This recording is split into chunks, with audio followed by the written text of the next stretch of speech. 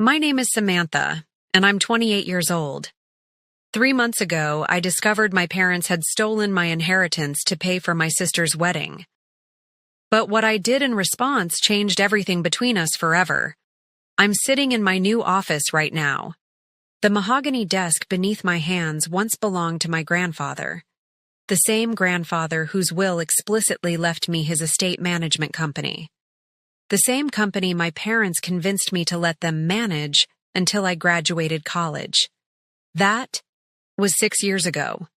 I graduated with honors, got my business degree, worked 2 jobs to pay off student loans while they collected rent from my properties. Properties I didn't even know I owned. The morning that shattered my world started like any other Tuesday.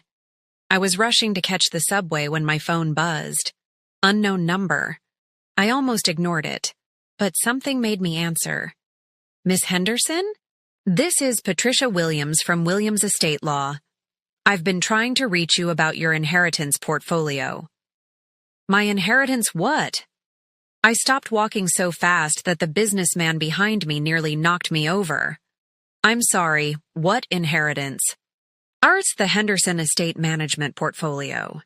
Your grandfather's will specified that full control transfers to you at age 28. Happy birthday, by the way. You turned 28 last month, correct? My birthday. The birthday my parents forgot because they were too busy planning my sister's engagement party. The birthday I spent alone with a frozen dinner and a bottle of wine. I think there's been a mistake, I said, my voice barely a whisper. My parents manage my grandfather's affairs. The pause on the other end felt like an eternity. Miss Henderson, your parents were temporary trustees. The will is very clear. Full ownership transferred to you 30 days ago. We sent multiple letters to your address. My address. The apartment I'd lived in for 3 years. The apartment my parents had never bothered to update on any legal documents because they were too busy pretending I didn't exist. That afternoon, I sat in Patricia Williams's office surrounded by documents that revealed a truth so devastating it made my hands shake. My grandfather hadn't just left me a few $1,000s like my parents claimed. He'd left me a multi-million-dollar real estate portfolio, 12 commercial properties, 2 residential buildings, and the crown jewel, Rosewood Manor, a historic wedding venue that brought in 6 figures annually. Your parents have been collecting all rental income for the past 6 years, Patricia explained gently. According to the trust documents, they were required to save every penny for your 28th birthday. My throat felt tight. How much should be there? She slid a document across the desk. The number at the bottom made my vision blur. $2.7 million, plus interest. Where is it now? I whispered. Patricia's expression told me everything before she spoke. The account shows a current balance of $43,000. The room spun around me. 6 years of income, nearly $3 million. Gone. Where did it go? My voice sounded foreign to my own ears. She handed me a thick folder. Bank records show large withdrawals over the past 18 months. The biggest was last month. $800,000. The notation says Henderson wedding expenses. My sister's wedding. The fairy tale extravaganza my parents had been planning for a year. The wedding they'd asked me to help pay for, claiming they were a little short, and could I contribute $5,000 from my savings? $5,000. While they'd stolen nearly $3 million that was legally mine. I sat in that lawyer's office for 2 hours. Patricia walked me through every document, every transaction, every lie my parents had built their lives on. They'd been living off my inheritance while I worked 60-hour weeks to afford rent. The betrayal cut deeper than any romantic heartbreak I'd ever experienced. These were the people who raised me. The people who taught me about honesty and integrity. The people who'd lectured me about responsibility while systematically robbing me blind. If you are watching this right now, drop a comment letting me know where you are viewing from. Before I tell you about this life-changing decision, hit like and subscribe to hear more real stories about family loyalty and betrayal that might just change how you see your own relationships.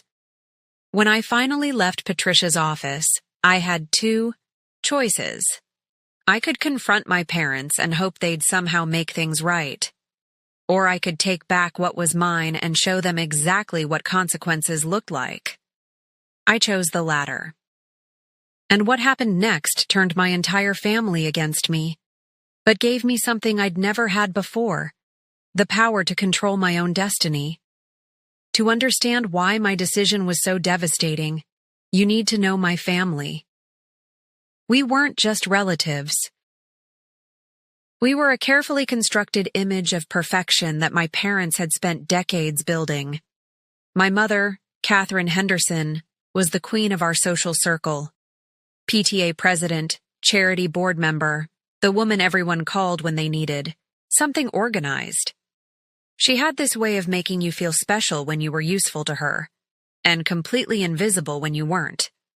My father, Robert, was her perfect complement. Successful financial advisor, golf club member, the kind of man who wore sweater vests unironically. He spoke in corporate buzzwords even at family dinners and treated every conversation like a business meeting. Then there was my sister Ashley, 25 and their absolute golden child. Blonde where I was brunette, outgoing where I was reserved, expensive where I was practical. Ashley had never worked a day in her life, but somehow always had money for designer clothes and European vacations. Growing up, I was the responsible one.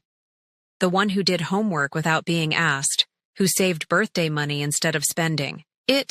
Who helped with household chores while Ashley got her nails done. I told myself it didn't matter, because good behavior would be rewarded eventually. My grandfather understood me in ways my parents never did. James Henderson was a self-made man who'd built his real estate empire from nothing. He'd spend hours teaching me about property values, tenant relations, and business strategy while my parents dismissed it as old man rambling. Sammy, he'd tell me, using the nickname only he was allowed to use, success isn't about being handed things. It's about recognizing opportunities and having the courage to take them. He died when I was 22, just as I was finishing college. The funeral was the first time I'd seen my father cry, though I later realized those tears were probably about losing his financial safety net, not his father. At the will reading, my parents explained that I'd inherited some money, but it was complicated, and they'd handle everything until I was mature enough to manage it properly. I was grieving and overwhelmed, so I trusted them. The biggest mistake of my life. For 6 years, I lived like a struggling graduate. I shared apartments with roommates who left dishes in the sink for weeks. I bought generic groceries and clipped coupons.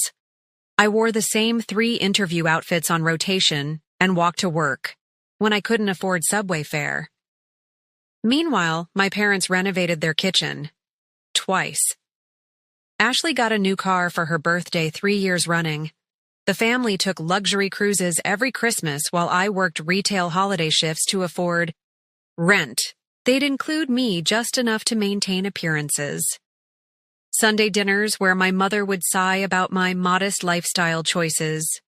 Family photos where I stood slightly apart, wearing clothes that were clearly from a different tax bracket than everyone else's. The worst part was how they made me grateful for scraps.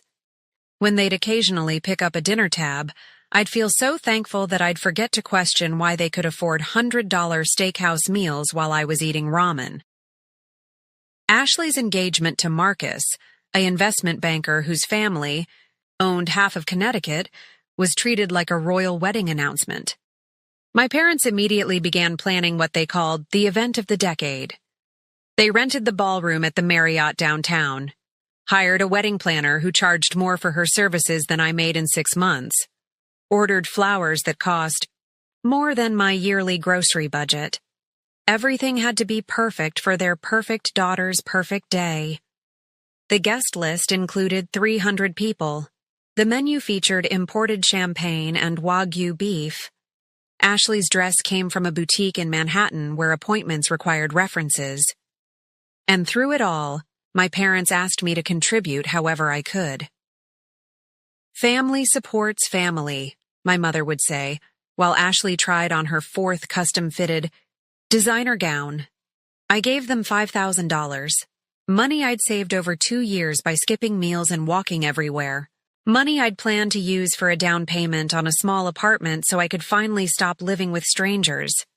I gave them everything I had because I believed family meant something, because I trusted that their love wasn't conditional on my usefulness, because I was naive enough to think that sacrifice would be appreciated, not expected.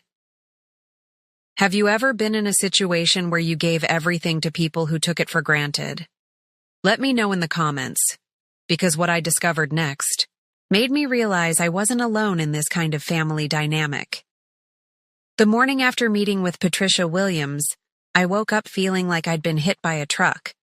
Everything I thought I knew about my family was a lie. But instead of wallowing, I decided to do something I'd never done before: investigate. I started with public records. Amazing what you can find when you know what to look for. Property, deeds, tax records, business filings, all public information that painted a picture of exactly how my parents had been living off my inheritance. The Rosewood Manor discovery was the most shocking. My parents had been advertising it as their own property for years. My mother's charity events were hosted there. Ashley's engagement photos were taken in the gardens.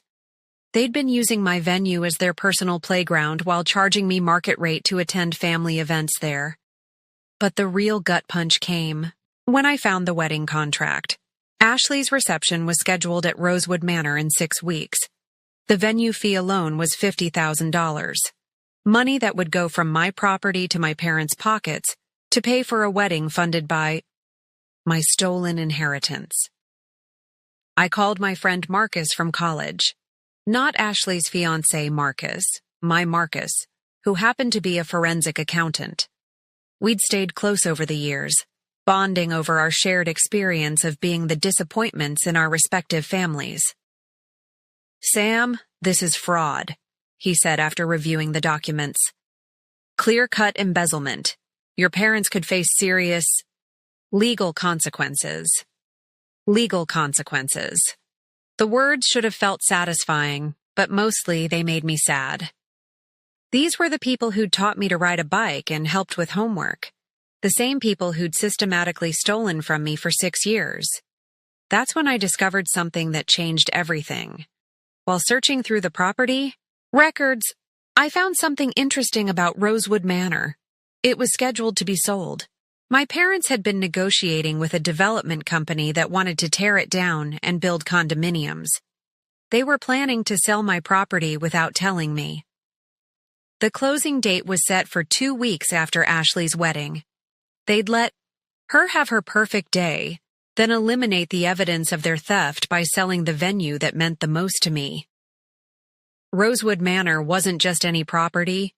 It was where my grandfather had proposed to my grandmother, where my parents had gotten married, where I'd imagined having my own wedding someday, back when I believed in fairy tales and happy families. I made a decision that night. If my parents wanted to play games with my inheritance, I'd play too. But I'd play to win. The next morning, I called Patricia Williams. I want to take immediate control of all my properties, and I want to exercise my right to terminate any unauthorized agreements. That includes the venue rental for your sister's wedding, she warned. Are you prepared for that conversation? I thought about Ashley's dress hanging in my parents' closet, about the deposits they'd paid with my money, about the 300 guests who'd received invitations, about the family reputation that mattered more to them than their own daughter's financial security. Schedule it, I said. But first, I needed allies. people who could help me navigate the emotional minefield I was about to walk into. I started with my grandfather's old business partner, Harold Chen, who'd retired but still had connections in the real estate world. Harold listened to my story with the kind of attention my parents had never given me. "Your grandfather would be proud," he said finally. "He always said you had more backbone than your parents gave you credit for." Then I reached out to my cousin Riley, my father's sister's daughter. Riley had been estranged from the family for 3 years after a fight about money, a fight I was beginning to understand in a whole new light. "They did the same thing to my mom," Riley told me over coffee. "Convinced her to invest in Dad's business opportunities until she was broke. When she tried to get her money back, suddenly she was being unreasonable and destroying the family. For the first time in years, I didn't feel alone." Riley introduced me to 2 other cousins who'd had similar experiences. Apparently, financial manipulation was the Henderson family specialty. We formed what Riley jokingly called the Henderson Recovery Group. People who'd been burned by my parents' version of family loyalty and were ready to support someone finally fighting back. The plan was simple in concept, devastating in execution. I would show up at Ashley's wedding as the legal owner of the venue and shut it down, not out of spite, but to make a point that would be impossible to ignore or explain away. The wedding day arrived gray and drizzling, as if the weather knew what was coming. I stood in the parking lot of Rosewood Manor at 10 a.m., 2 hours before the ceremony was scheduled to begin. In my purse were the property deeds, the bank records, and a legal notice terminating the venue rental agreement. I'd barely slept in 3 days. Part of me hoped my parents would call, would somehow explain, would make this unnecessary. But my phone had been silent except for Riley's supportive texts and Marcus's offers to be there for moral support. The venue looked beautiful. Ashley had excellent taste when she wasn't paying for it herself. White roses everywhere, elegant linens, a string quartet setting up in the corner. Hundreds of hours of planning and thousands of dollars of my money creating the perfect backdrop for confrontation. I walked through the front door like I belonged there. Because I did. It was my property. The wedding planner, a sharp woman, named Victoria, approached me immediately. "Excuse me, this is a private event. The ceremony doesn't start for 2 hours. "I'm Samantha Henderson," I said calmly. "I own this venue." Victoria's confusion was almost comical.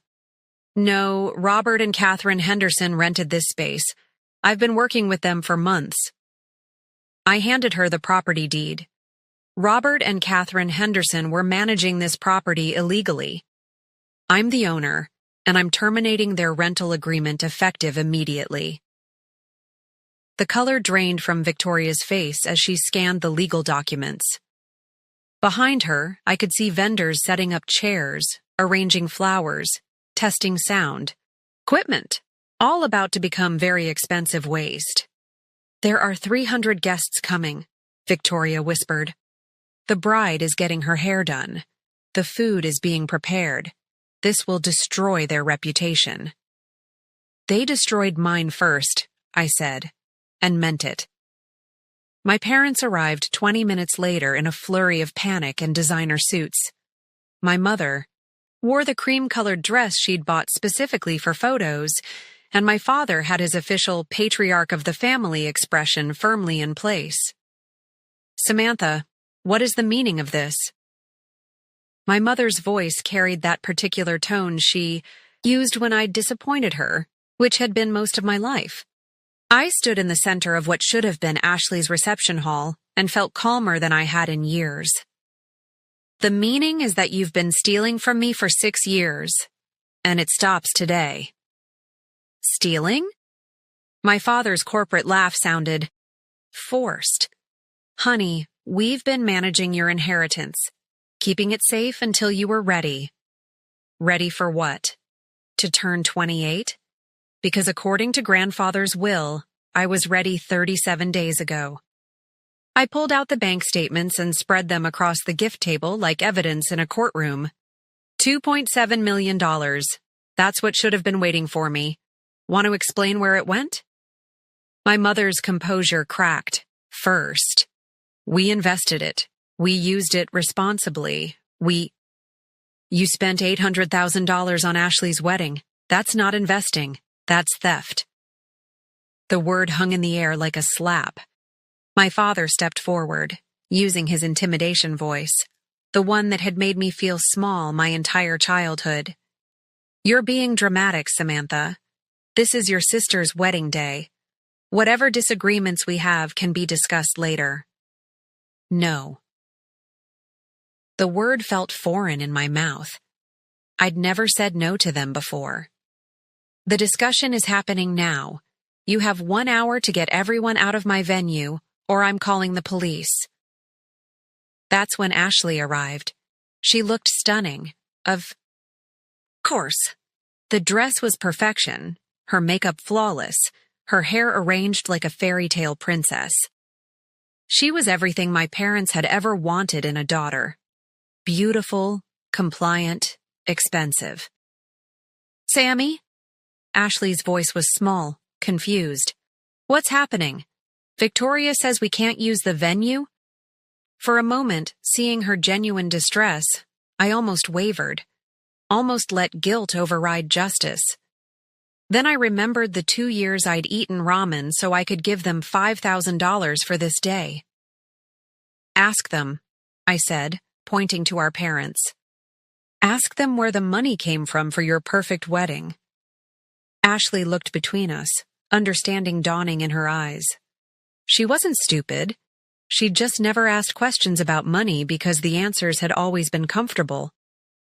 The inheritance, she whispered. Grandpa's inheritance. You've been using Sammy's money. My mother reached for Ashley's arm.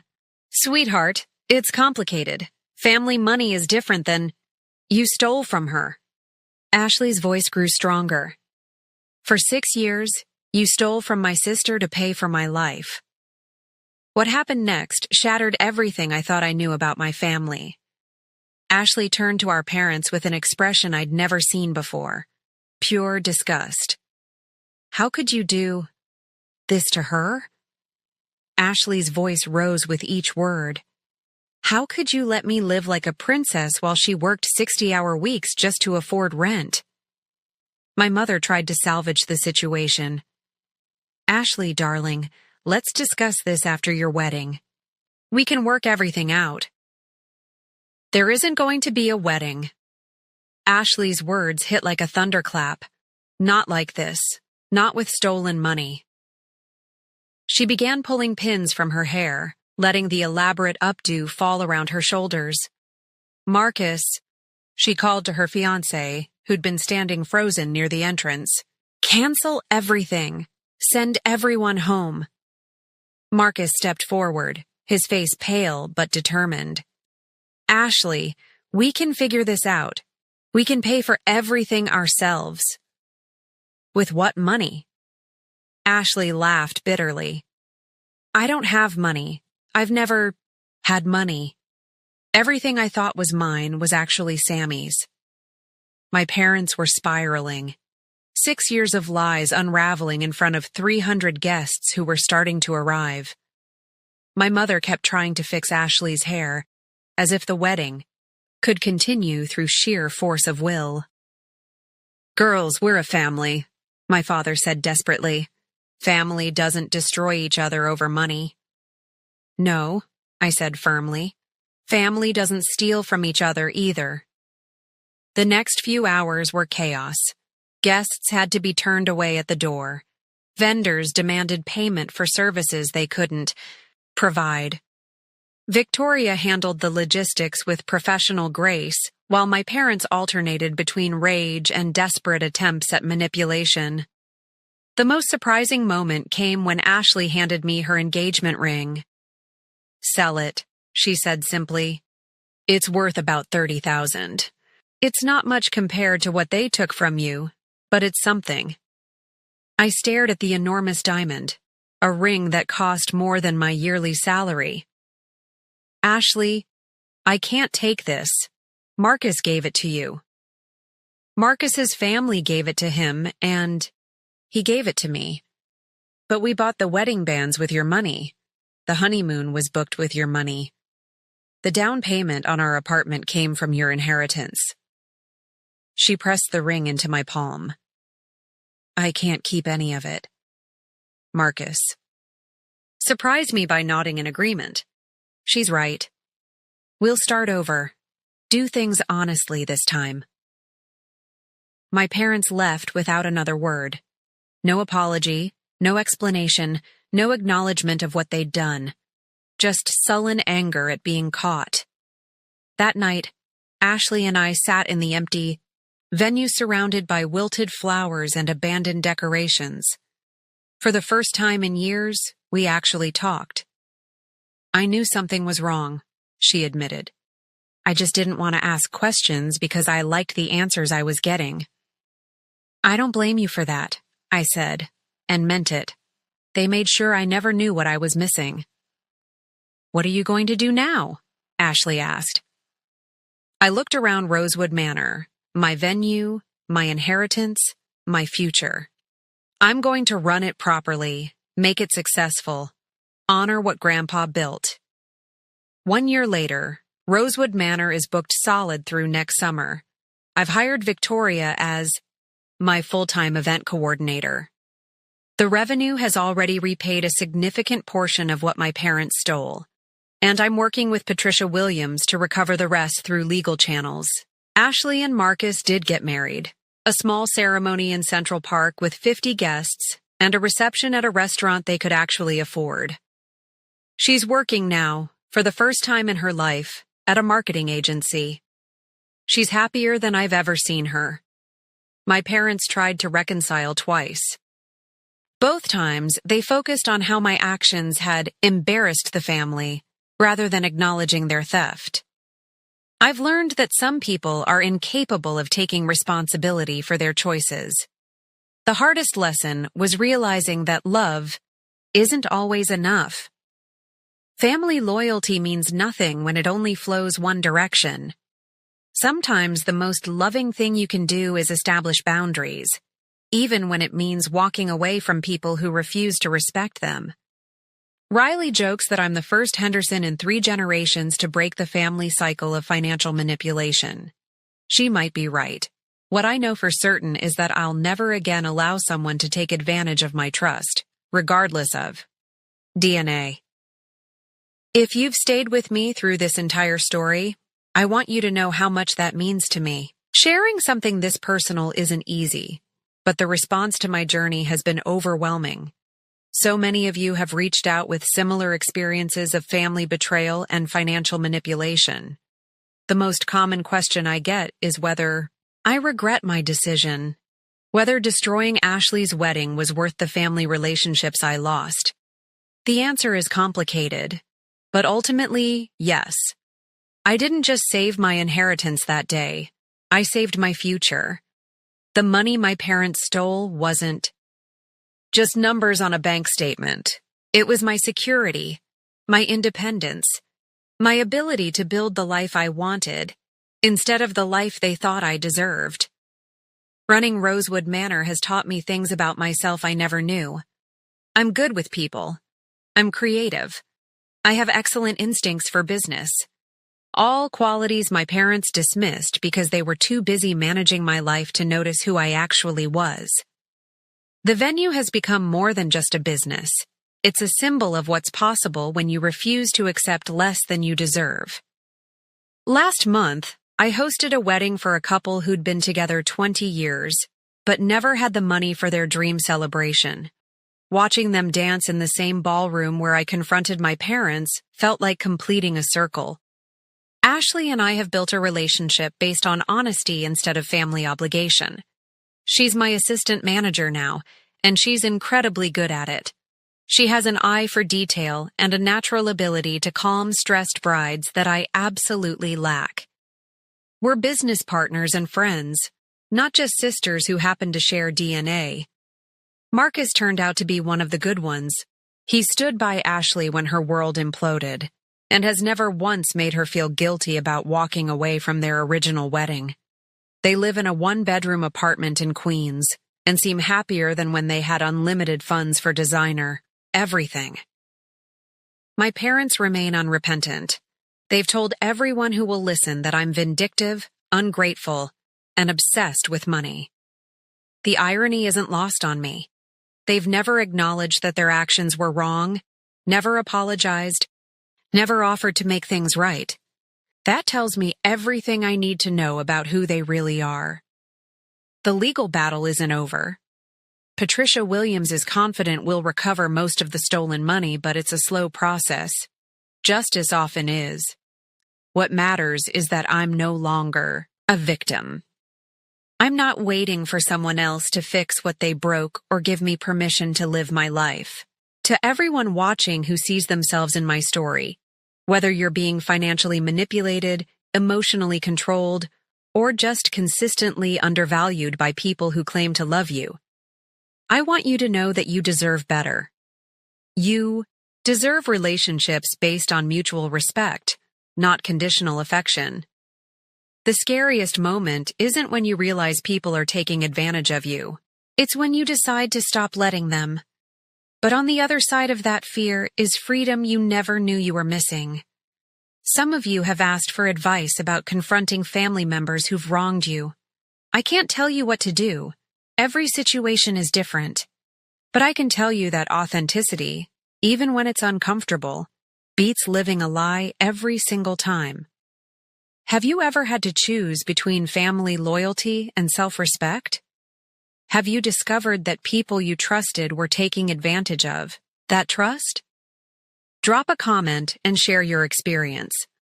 This community we've built around these stories is proof that none of us are alone in struggling with complicated family dynamics. If this story resonated with you, please hit the like button and subscribe for more real stories about setting boundaries, finding your voice, and choosing yourself even when it's difficult. Your support means everything, and knowing that sharing my experience helps others makes every difficult moment worth it. Next week, I'm sharing the story of what happened when my parents tried to sell another one of my properties behind my back.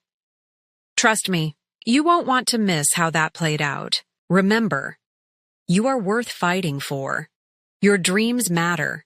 Your boundaries are valid. And sometimes the most courageous thing you can do is refuse to settle for treatment that doesn't match your worth. Thank you for being here. Thank you for listening. And thank you for proving that honesty and vulnerability can create connections that matter more than blood relations ever could.